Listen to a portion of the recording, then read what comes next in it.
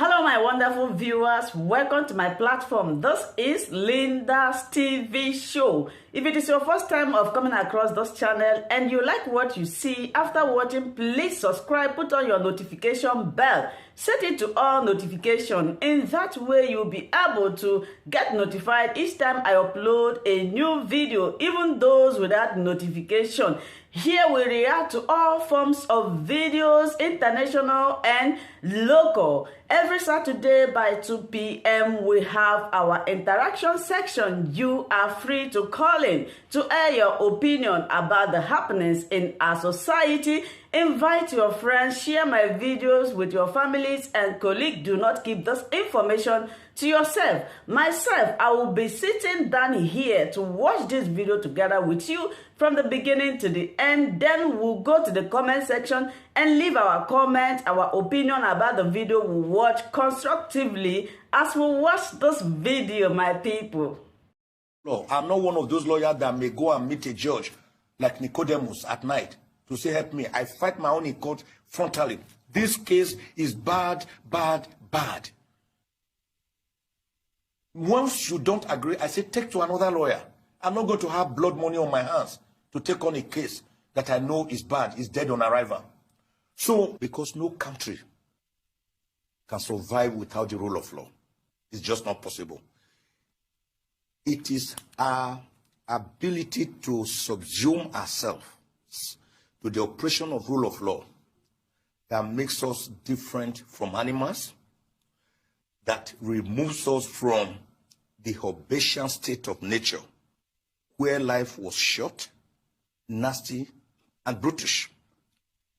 By 1885, Professor A.V. Dicey had already discussed the concept of rule of law, which, in summary, is subjection of all persons before the law and equality before the law. Whether you be a sovereign, president, head of state, or the Franciscanus wretched of the earth or the hoi polloi, you must be one and the same before the law. Before the law, nobles and commoners, slaves and slave masters. Once you begin to distinguish as between categories of people, then there's going to be trouble and anarchy. That was why last year the president missed it when he said national interest, in quote, should be subordinated to rule of law. That was wrong. Because national interest is defined by every government according to its own blood binoculars, which is normally government interest, not national interest. But the rule of law itself predates man. It started from the Garden of Eden. It was the violation of the rule of law in the Garden of Eden that got God angry with Adam and Eve, and he decided to drive them away because he laid down some rules. Thou shalt eat of all this food, all this fruit, but of that singular forbidden fruit thou must not taste. It is the violation of that rule of law in the Garden of Eden that God got angry and he had to drive it then. So making the rule of law central is very important. And the president of IBA was here to look at some of these issues. And many distinguished panels actually looked at many of these issues very critically. And I think it was a way of driving it home to the present government that you cannot operate outside the rule of law. No matter what anti-corruption you say you want to do, no matter how you say you want to go after supposed enemies of state, you must first and foremost go within our constitutional and legal organogram and regime. Anything outside it then becomes anarchical and is unacceptable in any constitutional democracy, Nigeria inclusive. But was that point driven home? I mean, I take you back to what you just said about how the president made that statement about how the national interest supersedes the rule of law. He said that in justification of certain actions of the executive, but also as a foreshadowing for what was to come, which was the rather scandalous removal of the Chief Justice of Nigeria, Walter Onnoghen, and his replacement by the current CJN, Tanko Mohammed. The Senate Minority Leader raised that point and was quite critical of the NBA and their stance in that matter, or failure to take a stance. And he got rapturous applause as a result of that statement. You buttressed that point. You raised the Pakistani precedents where the lawyers took to the streets because of Musharraf's removal of Chowdhury. Yes.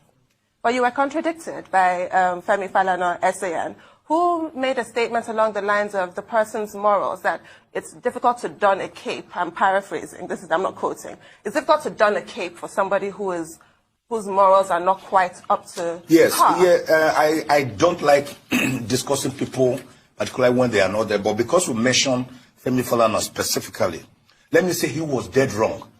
He said that Mohammed Chowdhury, the then Chief Justice of Pakistan, was not accused of corruption. That is not quite correct. President Pervez Musharraf accused him of misconduct and abuse of office. I do not know what greater elements constitute corruption than abuse of office and misconduct.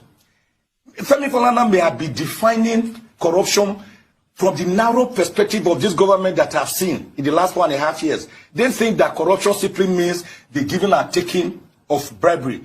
They do not seem to realize that political corruption, prebendalism, cronyism, favoritism, nepotism, they are all the isms. They are even greater forms of corruption. Now, on the 9th of March, 2007, Pakistani lawyers poured on the streets when the then president, Pervez Musharraf, removed the then Chief Justice of Pakistan, Mohammed Chowdhury, accusing him of gross misconduct and other criminal acts.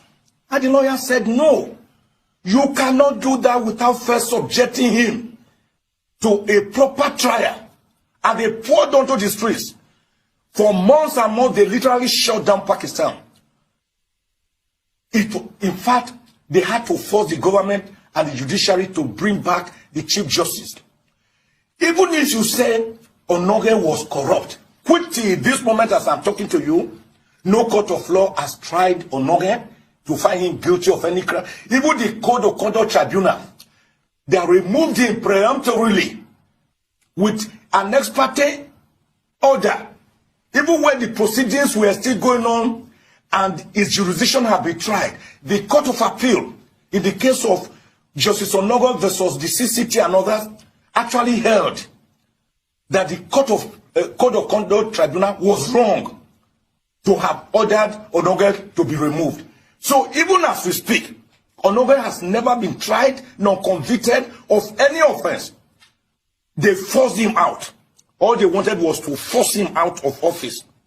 And that they have successfully done. Otherwise, why would the Court of Appeal wait for nearly 3 months before delivering judgment in such a simple matter that they could have delivered judgment from the following? By the time they delivered judgment, almost 3 months later, it was too late. But what are our chances? So my argument is that even if Onoge were accused of corruption, what we are saying is that you must allow him to pass through the due process of law before you can remove him. And the Constitution is clear.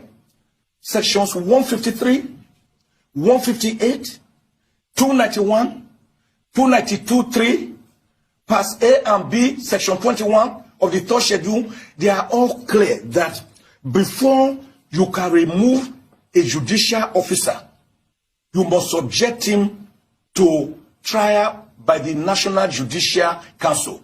And that was why the Court of Appeal heard in Erelu Habib, the Supreme Court, as a matter of fact, heard in Erelu Habib's case, and the Court of Appeal in Ngajiwa's case, that you cannot begin to try a judicial officer until he has first been disciplined by the NJC, which is independent in accordance with the doctrine of separation of powers, ably propounded by great philosophers like John Locke, John Calvin, Immanuel Kant, and most ably propounded in 1748 by Baron de Montesquieu that the three arms of government must be distinct, different from each other, so that there will be checks and balances. Yes, well, sir, you have cited, I have to follow up. You've just cited constitutional procedure, Supreme Court precedent. All of these things should be inviolable. What are our chances as a democracy if people within the legal profession do not seem to grasp these simple concepts, that the ends do not justify the means? Oh, what we are seeing, it's not that they do not know. They know. It's just that they want to sidetrack the law Nicodemously. It's an assault on the rule of law, which was where we started from. It's an assault on the rule of law. It means we are not ready to subject ourselves to principles of good governance and rule of law. Once you subject yourself to rule of law, then you will see that even if you were going to remove Onoge, you could still allow the judicial process take its place. But what many of these people believe is what you call mob lynching. Oh, you have accused him of corruption. In fact, the government, their spokesperson, like Mohammed, say, oh, name and shame them. But when they have problems, they again run back to the same judiciary that they have denigrated. A short break. But just before we take that break, what do we do? Because at the first plenary, at a conference, this issue was a major subject. But we'll come back. Let's take a break first. You're still watching the morning show here on Arise News. And with us in the studio, of course, is Chief Michael Ozkehome, senior advocate of Nigeria. Chief Ozkehome, before we took that commercial break, you had talked about the rule of law. You were talking about the Code of Conduct Tribunal, the Onogan case, and I wanted to ask you that at the first plenary session, yes, this year's Nigerian Bar Association conference, this was a big issue, particularly the Code of Conduct Tribunal. Yes. And the title was Code of Conduct Tribunal, a clash of judicial and executive powers. And you were on that, yes, you were a speaker at that, symposium. Now, what is the way forward? Are there likely remedies to ensure that, in the light of what you said about separation of powers, that you don't have the executive also, assuming judicial powers and using legal, platforms to subvert the rule of law? Yes, power corrupts, and absolute power corrupts absolutely. Even in our own homes, if your wife and children don't check your excesses, the tendency will be that you become a dictator, even within your own home. And dictatorship is not necessarily a military dictatorship. It could also come from a so-called democracy. President Saddam Hussein was going for elections, always going for elections. In Iraq, didn't we know that? But he was a dictator, maximum one for that matter, an absolutist. Now, at that first plenary session in which I participated, I described the Code of Conduct Tribunal as a bat, B-A-T. The bat will go to the animal kingdom and tell them, I'm one of you, I'm an animal like you. The animals will say, how? You have feathers, you can fly, how can you be an animal? He will bare his teeth and say, look at my teeth, my canines. They are like your own. And really, when you look at the bat, it has teeth, like dog, like any.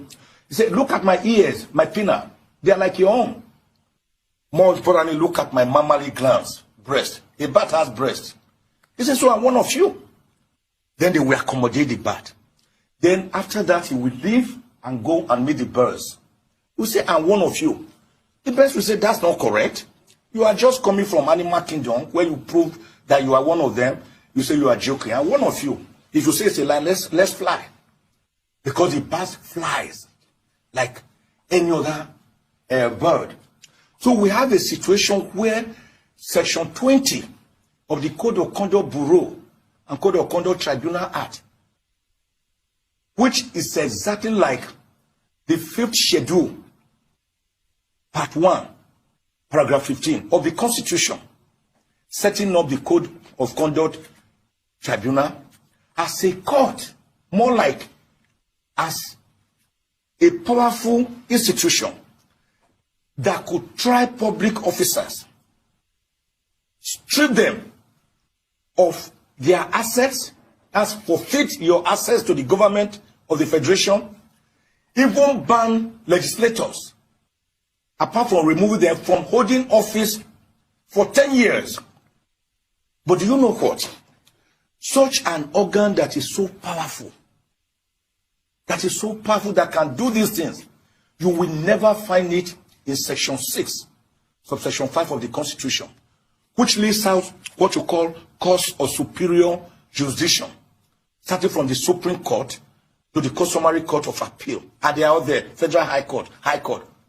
The the CCT is not there. Even under Section 318, you will not find the Code of Conduct Tribunal listed there as a superior court of record. That is why the chairman and member do not take the judicial oath. So they are automatically an appendage of the executive, the presidency, who can recommend their removal subject to third majority vote of the Senate.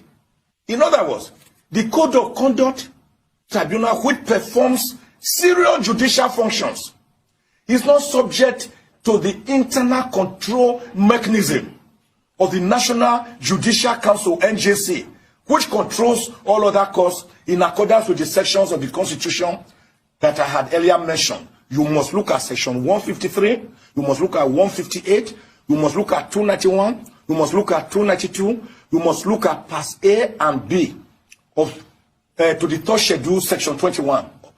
And you will find that it is the National Judicial Council that ought to have control over this Code of Conduct Tribunal. Some people have referred to say, oh, after all, the Code of Conduct says their appointment is like that of judicial officers.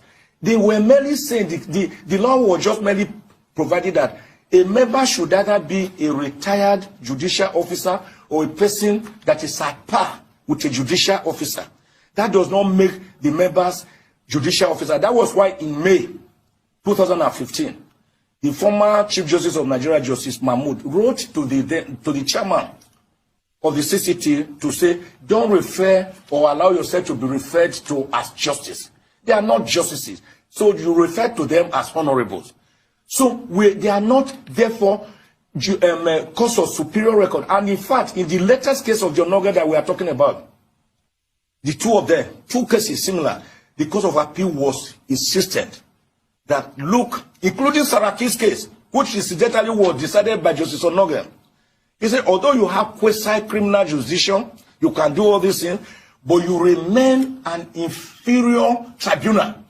No matter how we garnish you, how we dress you in borrowed robes, no matter how you engage in narcissism, in chest beating, in grandstanding, you remain an inferior tribunal. You are never a court of superior jurisdiction.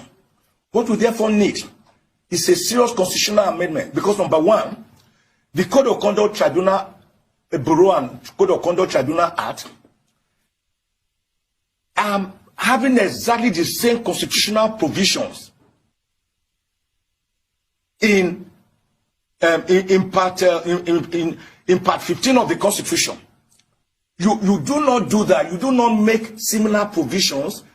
Part 5, sorry. You do not, 5th schedule. You do not make similar provisions in an act which replicate provisions in a constitution. It is against what we call the doctrine of covering the field. So for you to remove the powers of the tribunal, CCT, for example, you must have to amend that constitutional provision in accordance with Section 9 of the Constitution, which tells us how you can amend the Constitution. Therefore, there is the need very urgently to amend the Constitution to say, look, we have discovered that you have enormous powers. We will now subject you to judicial control so as to prevent anarchy by making you a superior court of record, which for now it is not. So we are having a body that has so much enormous judicial power that it could even make an ex parte order, removing a whole Chief Justice of Nigeria. What order will you make at the end of the trial if an ex parte order will remove the Chief Justice? So it is because of that lack of internal control mechanism that made the CCT to go on rampage. And it has to be trammeled. It has to be controlled. Okay, Chief, I'd like to move us on to a topical issue at the moment. The front cover of this day today, we are leaving no stone unturned on PNID's $9.6 billion judgment, says federal government. This is a serious case in front of Nigeria right now that's going to affect everyone, as it's 20% of our external revenues. And the government is taking it seriously, as they should. Now, what are our best options in this situation? And I say that because the government is now considering a renegotiation, but it doesn't seem like PNID are really going to come to that table. So what would you say are the best options for Nigeria right now? Let me support you by saying the government must not leave any stone unturned. I will even go further that it must never also leave any stone unstoned. Because we are talking of $9 billion judgment debt. The judgment debt by arbitration was actually $6.6 billion. But in 2016-2017, the government had the opportunity within 28 days to apply to set it aside. They delayed. They did not. By the time they tried to do that, the British court has heard that no, it was too late. Then they went to a federal high court in Nigeria and said set aside, as if that judgment there was subject to Nigerian laws. That is why I say it must never, they must never leave any stone unturned, and they must never leave any stone on stone, because $9 billion is about 20% of our foreign reserve. What is our foreign reserve? About $47.65 billion. Chief, we'll need to take another short break, yes. And then when we come back, yes, you would recommend possible options to the federal government in this matter. We'll take another short break. We'll be right back. You're still watching the morning show here on Arise News. With us in the studio still is Chief Michael Ozkehome, Senior Advocate of Nigeria. Chief, before we went on break, we were talking about leaving no stone unturned and leaving no turn unstoned with regard to the $9.6 billion judgment against Nigeria. $9.6 billion judgment is 3.2 trillion naira. The current budget of Nigeria is about 8.67 trillion naira. And Nigeria's entire foreign reserve is just about $47.6 billion, where China has about $3.2 trillion as its external foreign reserve, with America coming a distant 18 at $125 billion. Now, this contract itself that led to all this emanated from just a gas project that was to be built in Calabar for $40 million. The question, I see it as institutional failure. I've always clamored for building strong institutions, not strong men and strong women. It is our inability to build strong institutions that continue to afflict us, like the leprosy that afflicted Naaman, the leper, before he dipped himself into River Jordan 7 times and became cleansed of his leprosy. So when I heard the Minister of Information beating his chest that Nigeria will not surrender its assets, I was just laughing. These people are not going to say, Nigeria, good morning, sir. We want you to surrender your assets. No. There are ways. We call it writ of fieri facial, writ of execution. You begin to attach Nigerian property in the 126 countries that belong to the American Convention, in the entire European countries for as long as Britain is a member of the European countries. The only NMPC access, the only access a judgment debt like that is not allowed to touch is if it has to do with the sovereignty of the country. Let's say, for example, the Nigerian house in London, or things where you process your visa and all that, you cannot touch it. But any other assets they see, they can go after that. So what Nigeria need to do, I do not know the lawyers they used before, who they are using. They must quickly go to court. First, quickly file a stay of execution, which is a way of saying, don't carry out this. Then they must quickly file an action to set aside the judgment itself if it is not too late. By saying, for example, there was an inherent fundamental error that affected the jurisdiction of the arbitral tribunal, or that the award itself was excessive. But these are very tall orders. That is why a third option may be, hello, you have won this case. We agree we were negligent. Can we negotiate? We don't have this $9 billion to pay you. Can you take X amount? $100 million? Can you take $10 million? Can you take $1 billion? But to wish it away offhandedly, as the Minister of Information tried to do, is an aberration. British courts, European courts are not like Nigerian courts, where orders are treated with disdain and utmost levity.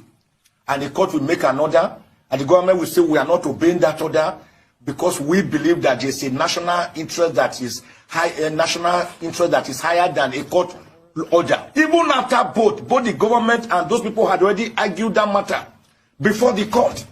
That is rule of law. You must obey court orders. If you don't obey court orders, there is anarchy, there is chaos.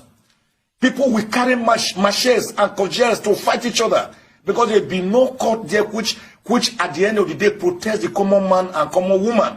That is why justice is blindfolded. That woman carrying the sword and the scales. The sword to hack down injustice, the scales to balance justice between whether the weakest or the strongest. Blindfolded against blaring sirens of power, against authority, against mightiness. So Nigeria should not take this matter low, otherwise our fumbling economy will just crumble. It will not be depression. It will be acute recession, where people will be queuing up again as in 1983-84 to be buying bread and milk and eggs as essential commodities, which we called essential that time. Don't think anything is beyond this.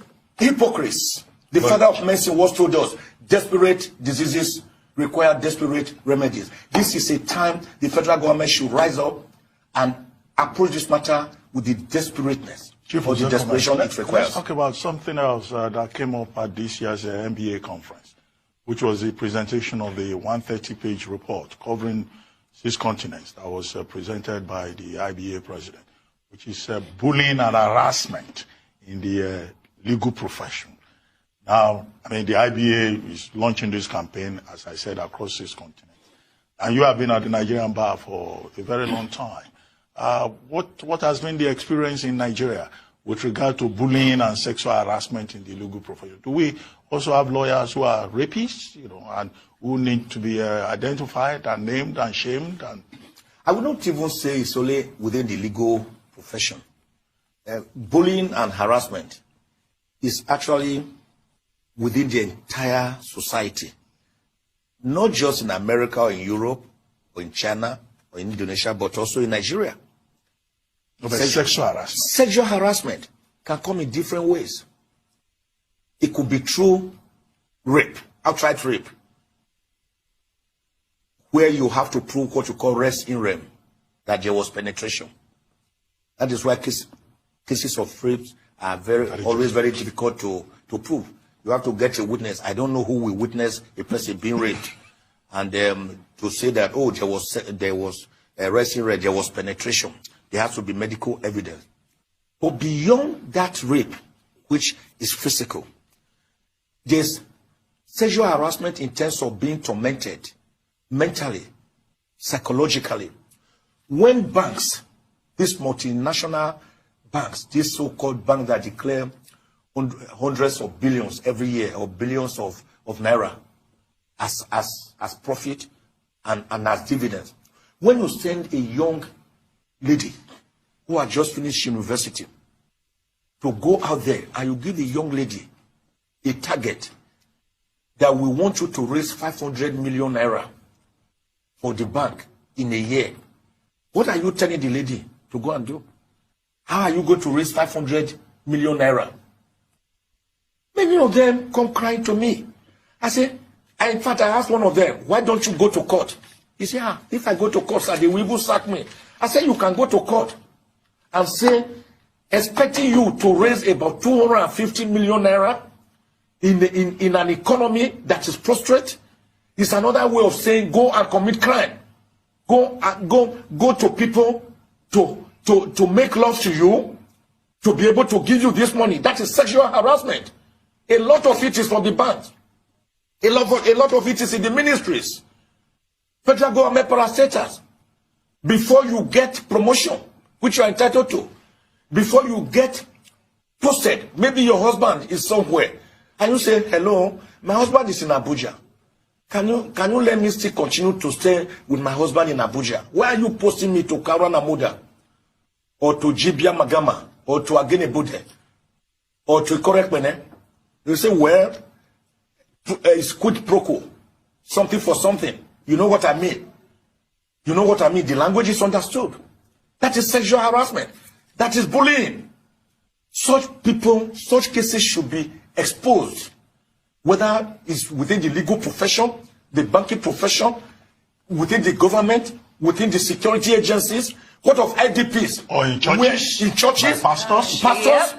What of IDPs? What of IDPs where security people have been shown to go after this unfortunate, helpless and hapless Nigerians who have become most vulnerable just because they want to eat?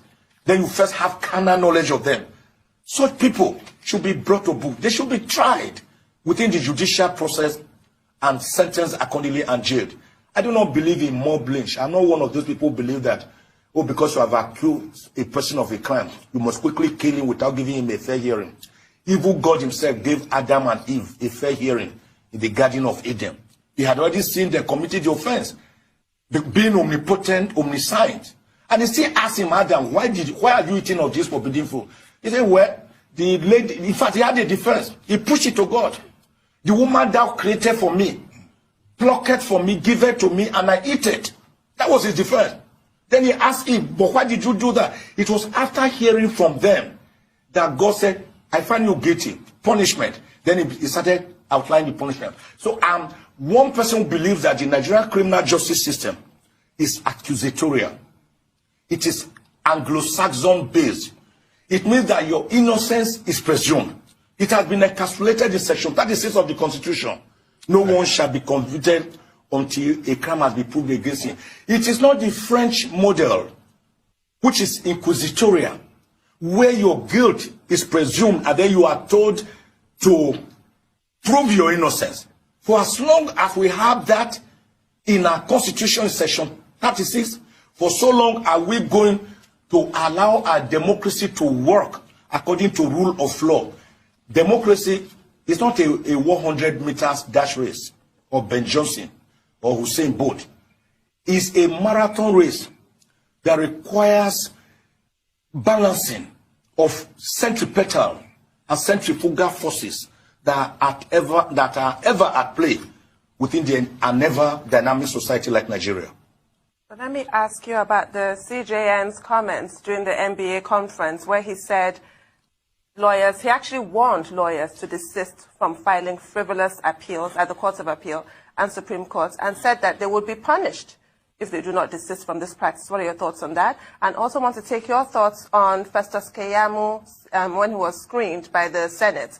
And he said that it's scandalous that Nigeria has only one Supreme Court, and proposed the idea that we should have 6 Supreme Courts whose duties are limited to constitutional or political and electoral matters only. Your thoughts? Yes, I believe that it is wrong for a lawyer, knowing that certain matters have been settled by judicial precedent, what we call stare decisis. This is how it was. It was like that. It is today, so it shall be. Then a client comes to you. Instead of being frank with the client, when clients come to me and I look at their cases, I tell them straight away, you don't have a good case here. They say, is there no way you can do it? Can't you? I say, well, I'm 38 years at the bar right now, by July 10. I don't know how to do it other than go through the normal process of a court of law. I'm not one of those lawyers that may go and meet a judge like Nicodemus at night to say, help me. I fight my own in court frontally. This case is bad, bad, bad. Once you don't agree, I say, take to another lawyer. I'm not going to have blood money on my hands to take on a case that I know is bad, is dead on arrival. So such lawyers are being sanctioned more and more, especially by the Supreme Court, that now award costs and say, you lawyer, you are the one who must pay this cost, because you ought to have advised your client that this case ought not to come here. So frivolous appeals should be discouraged. And that is why the Administration of Criminal Justice Act has now said there are no interlocutory appeals. If you have one, wait until the final decision before you bring it up, so as not to stultify justice. Justice delayed. Just as justice hurried. It's actually, as a matter of fact, also more dangerous than even justice delayed. So we're running out of time. When you talk about this unburdening of Supreme Court, you mentioned the first Ozkehome. Like I said, I do not mention people in my talk, except when you mention a person specifically. He was wrong, dead wrong. The American Supreme Court is only one. There are every state in the 50 states have their own Supreme Court. Then on constitutional matters and appeals from those Supreme Court, they go to the American Supreme Court. You cannot unbundle Supreme Court of Nigeria, which is one and monolithic, and then you begin to have 6 different Supreme Courts in cities. Thank you so much, my wonderful viewers, for watching this video together with me from the beginning to the end. Like I said before, if you like what you see here, if you like what I do in this platform, as you have finished watching this video, please hit that red button that says subscribe and put on your notification bell to all notification. In that way, you'll be able to know when I upload a new video. Share my videos, leave your comments in the comment section constructively. Until I meet your way again in my next video, I still remain your Linda's TV show. Bye-bye.